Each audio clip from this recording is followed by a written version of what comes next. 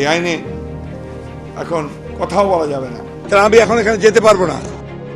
আলোচনা সমালোচনার আবহে সেই পুরনো উক্তি যেন আবার সামনে এলো। আজ থেকে বহু বছর পরে হয়তো এই ভূখণ্ডের মানুষরা বলবে, আমাদেরও একজন মহাকাব্যের মহানায়ক ছিল। তিনি আর কেউ নন, ঠাকুরগাঁওয়ের সেই আইনজীবী পুত্র যাকে আজ পুরো দেশ চেনে বিএনপির মহাসচিব মির্জা ফখরুল ইসলাম আলমগীর হিসেবে। প্রশ্ন আর প্রত্যাশার নানা ধোঁয়াশায় তিনি যেন রাজনৈতিক জীবনে তিনি লিখে চলেছেন এক মহা উপন্যাস। এবার তিনি পা রাখতে যাচ্ছেন দেশের সর্বোচ্চ পদমর্যাদার আসনে। কিন্তু কে এই মির্জা ফখরুল? কিভাবে অধ্যাপক, সংগঠক আর একজন চেয়ারম্যান থেকে তিনি আজ দেশের 23তম রাষ্ট্রপতি হওয়ার পথে?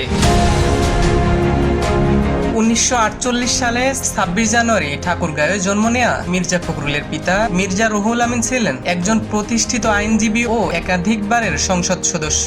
শিক্ষা জীবনে ঢাকা কলেজ থেকে উচ্চ মাধ্যমিকের পর ঢাকা বিশ্ববিদ্যালয় থেকে অর্থনীতিতে স্নাতক ও স্নাতকোত্তর ডিগ্রি অর্জন করেন মির্জা ফখরুল। ছাত্র জীবনেই রাজনীতির মাঠে সক্রিয় হয়ে ওঠেন তিনি। তৎকালীন পূর্ব পাকিস্তান ছাত্র ইউনিয়নের সদস্য হিসেবে সলিমুল্লাহ মুসলিম হল শাখার সাধারণ সম্পাদক এবং পরবর্তীতে 1969 এর ঐতিহাসিক গণ অভ্যুত্থানের সময়ে সংগঠনটির ঢাকা বিশ্ববিদ্যালয় শাখার সভাপতি হিসেবে গুরুত্বপূর্ণ ভূমিকা পালন করেন।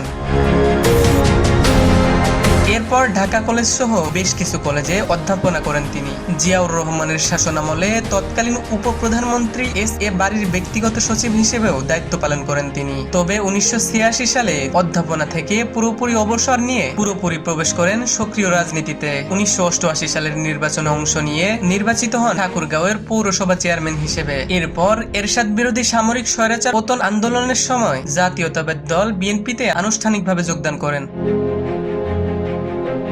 1991 ও 96 সালের নির্বাচনে খাদেমুল ইসলামের কাছে পরাজিত হলেও দমে যাননি মির্জা ফখরুল। অবশেষে 2001 সালের 8ম জাতীয় সংসদ নির্বাচনে ঠাকুরগাঁও 1 আসন থেকে বিপুল ভোটে বিজয়ী হয়ে সংসদ সদস্য নির্বাচিত হন। বেগম খালেদা জিয়ার প্রথম মন্ত্রিসভায় তিনি প্রথমে কৃষি মন্ত্রণালয়, পরবর্তীতে বেসামরিক বিমান পরিবহন ও পর্যটন মন্ত্রণালয়ে প্রতিমন্ত্রীর দায়িত্ব পান। 2008 সালের নির্বাচনের আসনটি হারালেও 2018 সালের একাদশ জাতীয় সংসদ নির্বাচনে বগুড়া 6 আসন থেকে সংসদ সদস্য নির্বাচিত হয়েও শপথ গ্রহণ থেকে বিরত থাকেন তিনি।